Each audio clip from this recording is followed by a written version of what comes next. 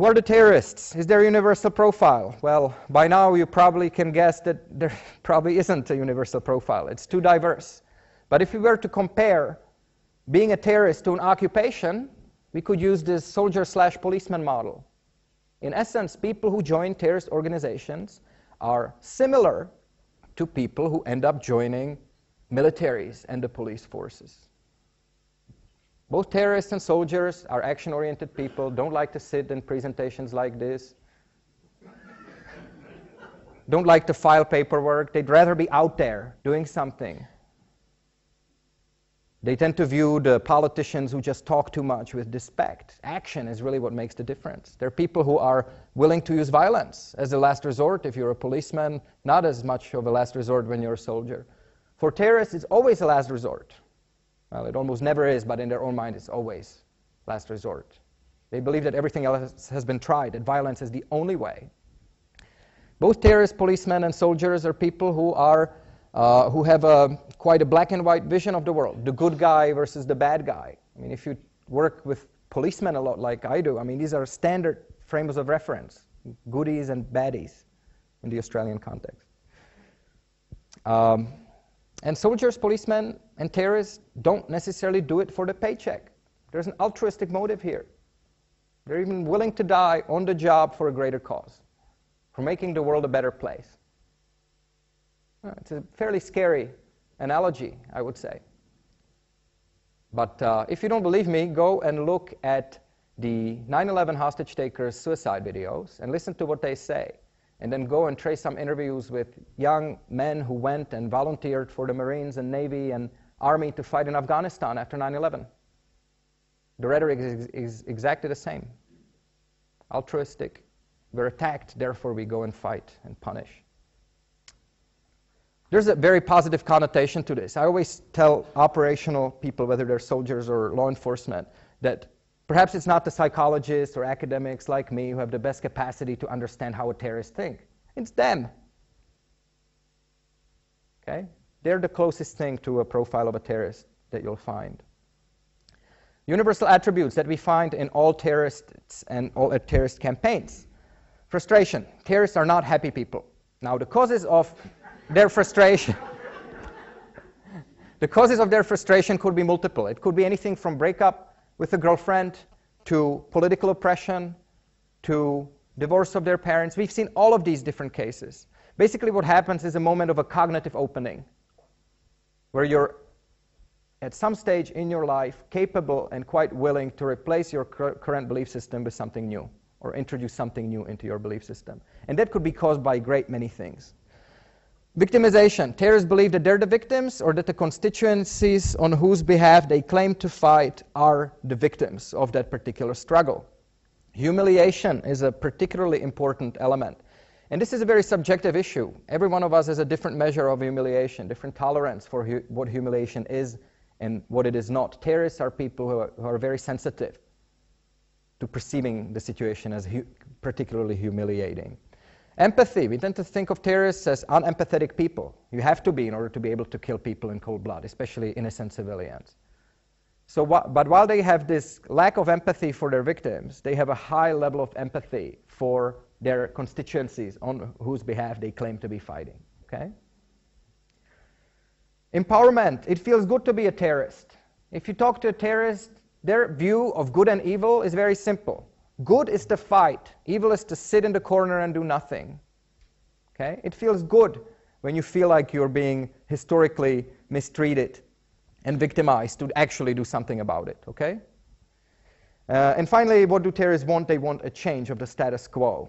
They try to influence change through the use of violence against civilians. Now, many of these characteristics that we discussed up to this point refer to more standard terrorist groups that we've seen operate in the last 50 years. But we also have to acknowledge that the trends are changing a little bit, specifically when we look at homegrown terrorists, people from diaspora communities, second, third generation, say Pakistanis in London, who are born-again Muslims. They go directly to the very extreme interpretation of the religion and act upon it autonomously without having a very strong link or any link whatsoever with the original Al-Qaeda organization. And in particular, I would encourage you to read this study by the New York City Police Department, which is truly excellent, which took together homegrown cells like the 7-7 bombers in London, the Hofstad group in the Netherlands, the Portland 7, the Toronto 18, the Virginia paintball group, the Hamburg cell. They also took the Pendennis cells from Sydney and Melbourne, and several other cases, and came up with this process where they talk about pre-radicalization. That's the stage where all of these people were before they became radical. And guess what? There is no pattern. There's nothing universal that could help us identify who might be vulnerable to becoming a radical. Next stage was self-identification with the cause. At this stage, these people are on the internet all the time. They're watching the propaganda videos from the lands of jihad. And they're consuming. Next stage was indoctrination. This is when these people actually start contributing to the blogs. They start actively distributing the material. They're quite committed. And then the last step is jihadization, which is actual preparation of an attack, whether successful or unsuccessful. There were some groups like the Lackawanna 6 who went through this entire process and then decided against this last stage. Typically, you will need a strong person like Mohammad Sadiqi Khan from the 7-7 bombings, who will be a good organizer and who will have the charisma and the ability to push the group along to an actual attack. And they will need a religious authority to give them some sort of a sanction. Is there anything that can help us identify them? There is one particular characteristic. These people tend to come to a mosque at one stage and leave very quickly after having a few arguments in that mosque with the imam who is not radical enough, with the other people who are there who aren't radical enough. That's why good community policing and good relationships with Muslim communities are important, because that's absolutely critical piece of information that you can get from an imam in a mosque, is that he had a group of young guys who would argue with everyone and then stop coming. Perhaps that's the best signature red flag that we can have. Okay, conclusion. All of these different approaches that have been undertaken have some merit and help us explain some cases. At the same time, none of these approaches can universally explain what makes a terrorist. Okay? None of these cases helps to explain in detail, comprehensively, every single terrorist case. My own personal feeling on this is that it's a combination of circumstances and personality. Okay, that's not very specific. But personality, not at the level of a psychological idiosyncrasy, but we're just different. Each one of us is different. If Rory gets into a car accident, well, he may get out and start punching the other driver. Or maybe not. Maybe you're the guy who freezes and starts crying. You can pick which one you want to be now. No. The point is, each one of us will react differently because we have different personalities. It's not identifiable by some kind of a grand psychological theory, but it's going to be an important component of how people react in given situations and in certain conditions. Beware of simplistic generalizations. Every time you hear an explanation, an overarching explanation of what drives terrorism, try to go through the thought process and try to look at those that disconfirming evidence and try to make sense of both the confirming and the disconfirming evidence. We also have to be aware of the fact that motivations and causes may shift over time, that what motivates people to join in the first place may not be what drives them later on, 10 years into the campaign. And obviously, we need to see the world through the eyes of the terrorists as the most important element of counterterrorism strategy. If somebody comes to you, if you're a doctor and has a headache, what do? You have a diagnosis first, right? It could be caused by a hangover, it could be caused by a brain tumor. You're not going to open the skull and start operating if it's a hangover. You'll probably conduct a diagnosis first. And this is what we sometimes fail to do when we talk about terrorism, because terrorism is a symptom of sorts. With this, I'll conclude open for questions.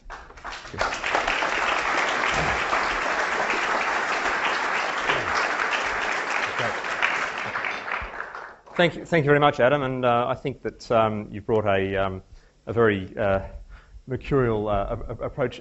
I think it's rare that we'd managed to get a laugh out of such a serious subject. But I think in all fairness, you've brought out some of the contradictions in a very constructive way. I think our question and answer session, which we'll have in the next 20 minutes or so, I suspect it will steer a little bit beyond what you've offered us and ask a little bit more about well, what do we do? Mm-hmm. And you've started moving in that direction in your latter stages there. I just might invite questions from the floor now. Just please wait for the microphone before you ask your question.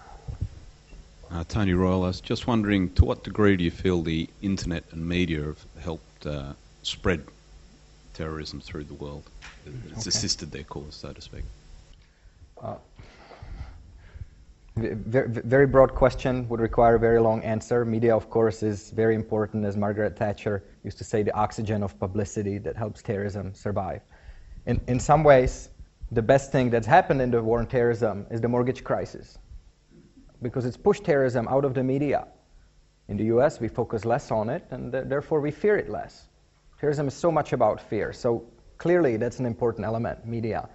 One thing that has changed in recent years is because of communication technology such as the internet, the terrorist organizations have now their own independent channel through which they can make their case.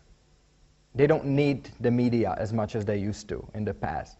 And that's where censorship and deception, which was in 70s and 80s, was a very important tool in the fight against terrorism, today can be quite counterproductive. I'll give you an example. May 30th, 2004, there was an attack at Khobar in Saudi Arabia against the Oasis residential compound where all the oil workers, foreigners live. In this attack, the terrorists came in, they would card everyone, every non-Muslim they would find, they would kill them. A Swedish hostage was beheaded, his head was stuck on the front gate. The terrorists then retreated to the second floor of the hotel, and they waited for the Saudis to come in and kill them. Nobody showed up for 5 hours, so the terrorists ate breakfast and left. Their idea was to go on a suicide attack. So the Saudis then assaulted the location and with great glamour came out saying, oh, we rescued all the hostages and we killed all the terrorists. Well, guess what? The terrorists were videotaping the helicopter as it lands on the roof of the hotel and the commandos run out. And they put out an 1.5 hour long video in which they show preparations for the attack. They have interviews with the suicide attackers who survived and so forth. A huge embarrassment for the Saudi government. So that's what I think has shifted, that censorship is much less useful of a strategy than what it used to be. Hi, I'm Harish Luthria. Thanks for a great talk. Could you give us examples of countries that have similar poverty and literacy that are starkly different in terms of terrorist activities? This is a very good question, and I have to say, I would have to point you to James Forrest's Making of a Terrorist, which is a 3-volume book which I contributed to, and it has 2 studies that specifically deal with this aspect. I can't really, I'm not really that well versed with economic indicators, to be honest, but it's a fairly persuasive case. There's another question down at the front as well, I think. Catherine Baldwin, thanks for your presentation. You alluded to different definitions of terrorism. I'm very interested to know what yours is. Okay. I define terrorism as, according to 6 specific criteria that need to be present. One is it's a non-state actor. Okay? It's the weaker side in a conflict. That's what makes terrorism work. We love underdogs. We cheer for underdogs. That's why terrorists will always find support from some segments of the population. It's political, social, or religious. In that sense, it's different from ordinary crime, which tends to be very selfish. Terrorism is altruistic, or has an altruistic component to it. Thirdly, it attacks civilians or non-combatants. Fourth element is spreading of fear as the primary objective. It's not the killing of people or holding those hostages that's key. It's the expectation of future violence that makes terrorism work. And fifth, it's calculated, systematic, and planned. There's a strategy behind it. It's not spontaneous eruption of violence like in the Cornwall riots. Okay? That'd be a different definition. And finally, of course, it involves the use of violence or threat of violence. When I use the word terrorist, I make no judgment about whether I agree or disagree with any grievance. I simply use it to describe a group that fits those characteristics. Thanks. We've got a question down the front, and then we'll move towards the back.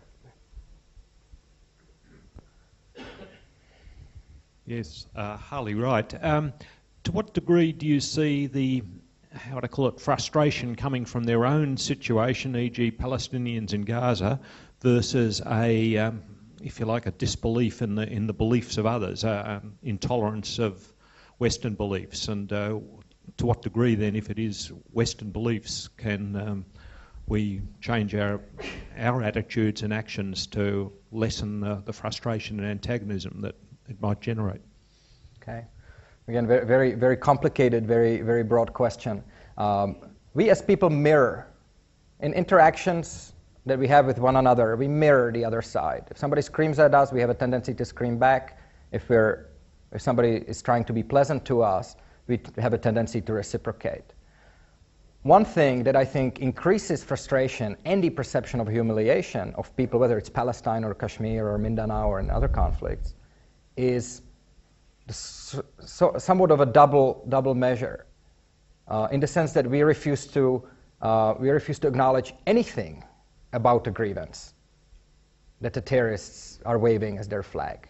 And I think that gives them so much leverage with broader constituencies. I think being more open toward fairly saying, okay, there are some real problems here, but terrorism is never justified, is somewhat of a more productive approach than saying, oh yes, we're fighting this war on terror and it's all just and it's all for a good cause. That only adds the insult to injury for people who feel already frustrated with the situation. A big part of it is communication, okay? This is where the Americans, for instance, have a huge disadvantage. When any other government speaks to its own population, they'll use a different rhetoric, they'll use different examples, they'll use a different tone. When they speak to an international audience, they'll use a different tone again. And a different language. And a different language, very different language. The Americans don't have that luxury. Even when they make a message to their own audience, the whole world's watching it. And I think that makes it even more difficult because they don't really get to maneuver as much in the different messages as they would need to really satisfy all the different audiences. Sorry. Can I just abuse my prerogative as moderator? Adam, I'd like to ask you about gender. I mean, on the one hand, you can say that terrorists are disproportionately male, but then you see examples such as the LTTE, or indeed a young woman who was arrested in Iraq the other day. There is such a thing as a female suicide bomber too. I would just be interested if you could offer something on that side of what makes a terrorist. Okay. Very good question. Just as a background, the LTT was the first group to use female suicide bombers. 40% of all their 240 suicide bombers which they have used have been women. The PKK in Turkey conducted 15 operations, 12 of which were women. The first Islamist group to use women was the Riyadu Salihin Intelligence and Subversion Battalion of Chechen Martyrs, which used Chava Barayeva to crash into a military compound in Chechnya in Nakhlan in 2000. Chava Barayeva was the sister of the leader of the group in the Moscow theater, by the way, Mofsar Barayev.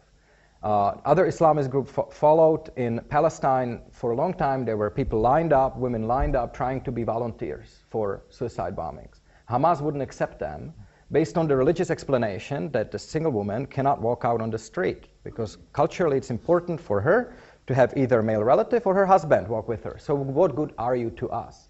What changed that situation was Wafa Idris, who was the first suicide bomber in January 2000. 2002. Wafa, probably by accident, detonated while she was transporting an explosive for her brother.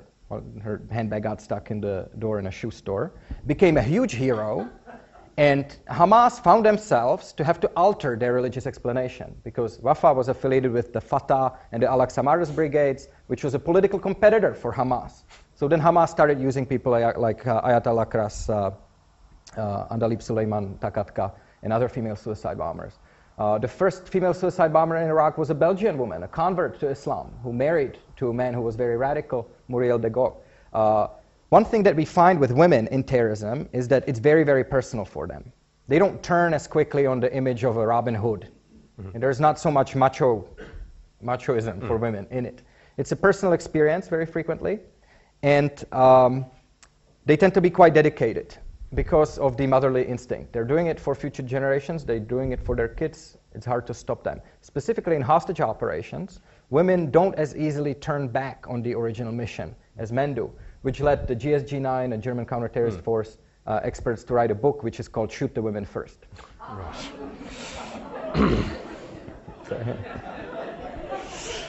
But again, it would be an hour-and-a-half presentation on female suicide bombers. So. The black humour keeps coming, but thanks. Some questions up the back here. Over here on the right. My right. Hi, John Darwin. Thank you, Adam.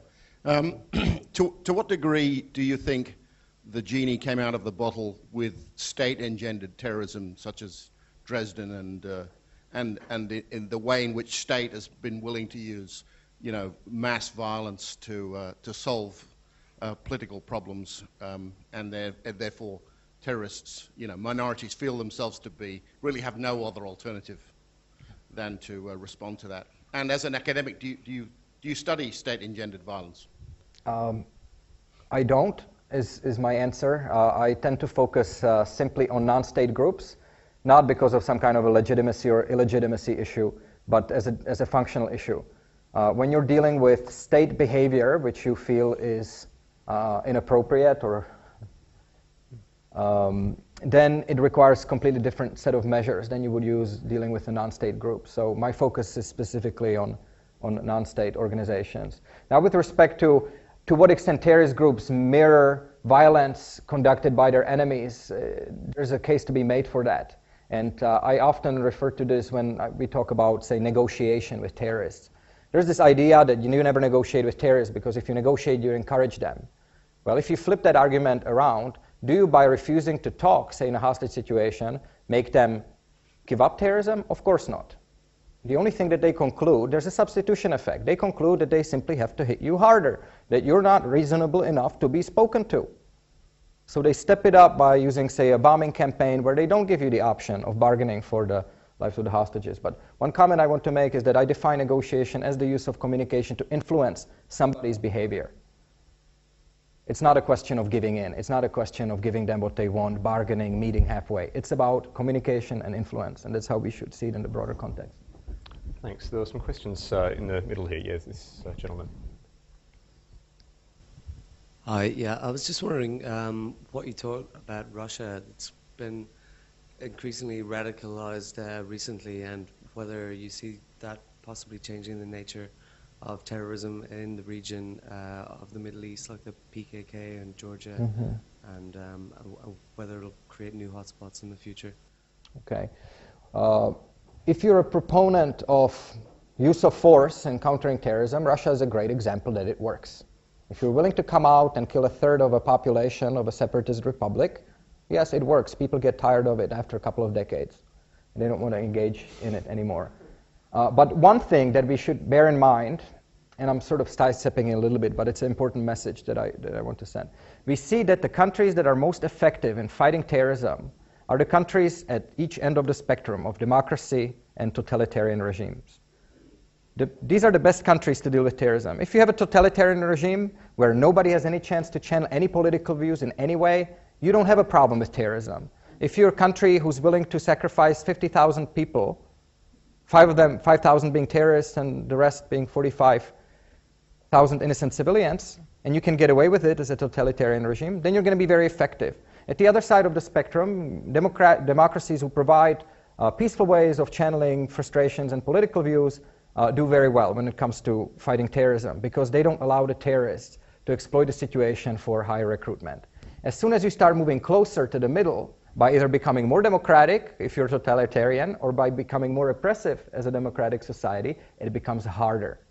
On the one hand, you start losing control if you're totalitarian and democratize, or if you start being harder as a democratic society, you provide the legitimacy for the terrorist group's message that you're evil. And that can lead to recruitment of other people. Thanks. A question up the back here. I'm Alistair Leckey. It's 7 years since 9/11. Can you speak up, please? Why haven't we seen any more major attacks such as that?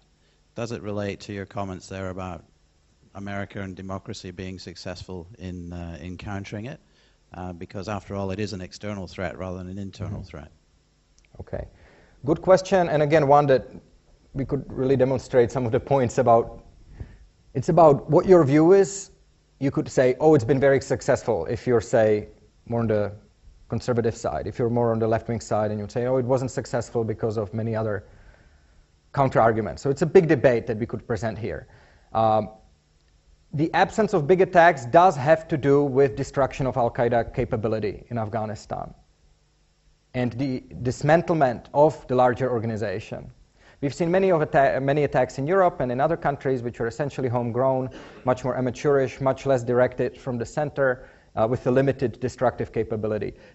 Why we haven't seen such attacks in America is a very, very good question. There have been many different explanations, such as the better integration of Muslim society into the American structure. You can look at Muslims as being higher income earners than the average in the US, people who've been integrated and feel themselves as being American first and Muslim second, as opposed to diaspora communities in London or Paris who have it exactly the other way around. So there are all sorts of different explanations. Have we been successful? I think it's undeniable that some successes, such as the destruction of the camps, arrests, or elimination of 2/3 of Al-Qaeda's leadership, are successes. At the same time, we shouldn't fool ourselves that the problem has gone away just because maybe temporarily the capability of groups has been diminished.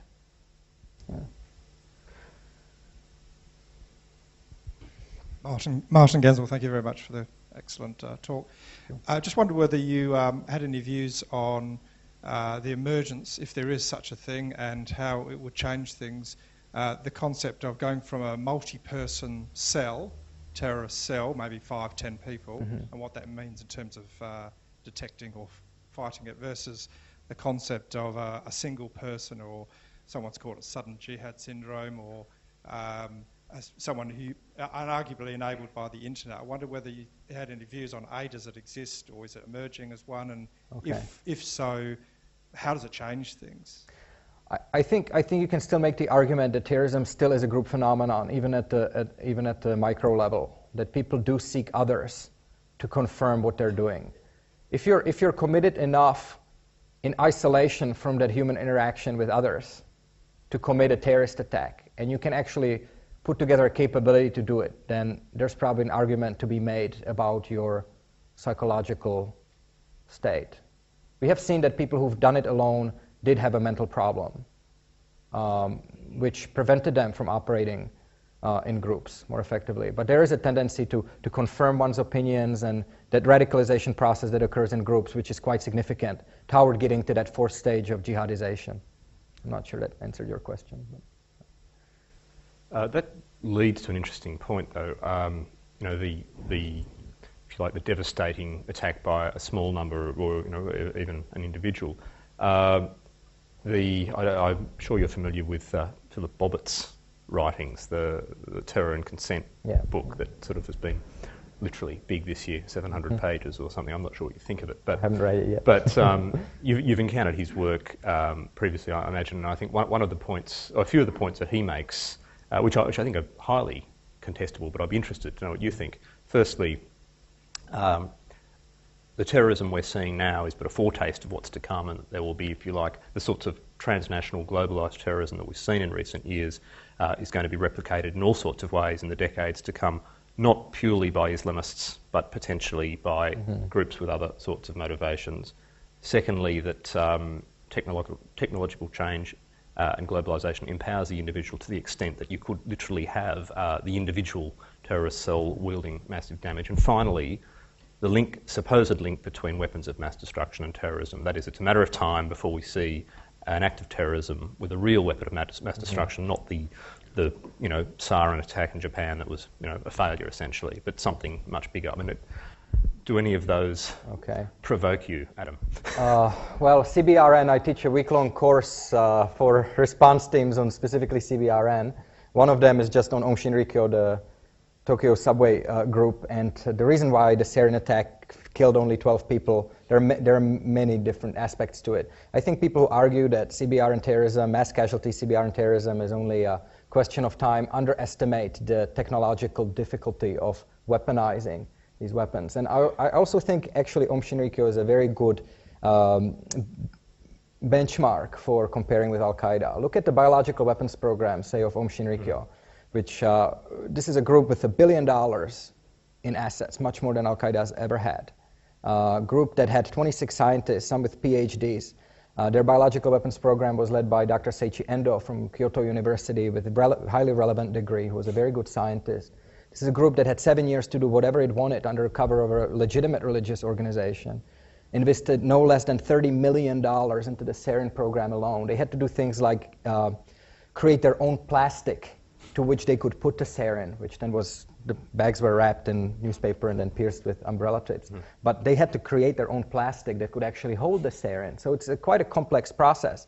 If you compare it to Al-Qaeda, who invested $2,000 to $4,000 into the so-called Project Fermented Milk, which was the initial exploratory biological weapons project, which was based on 2 books from essentially 50s, and was headed by a Malaysian army captain called Yasid Sufat, who had a biological sciences bachelor's degree from a University of Sacramento. I mean, I think there's a huge disparity between how far Al-Qaeda's gone and what Aum Shinrikyo invested and still wasn't able to succeed in. So I think it's quite useful to draw those comparisons, and CBR and terrorism is certainly one area that is completely hyped.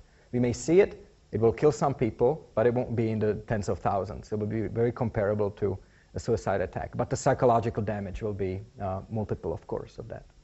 Adam, it's very pleasing that you've ended on a positive note.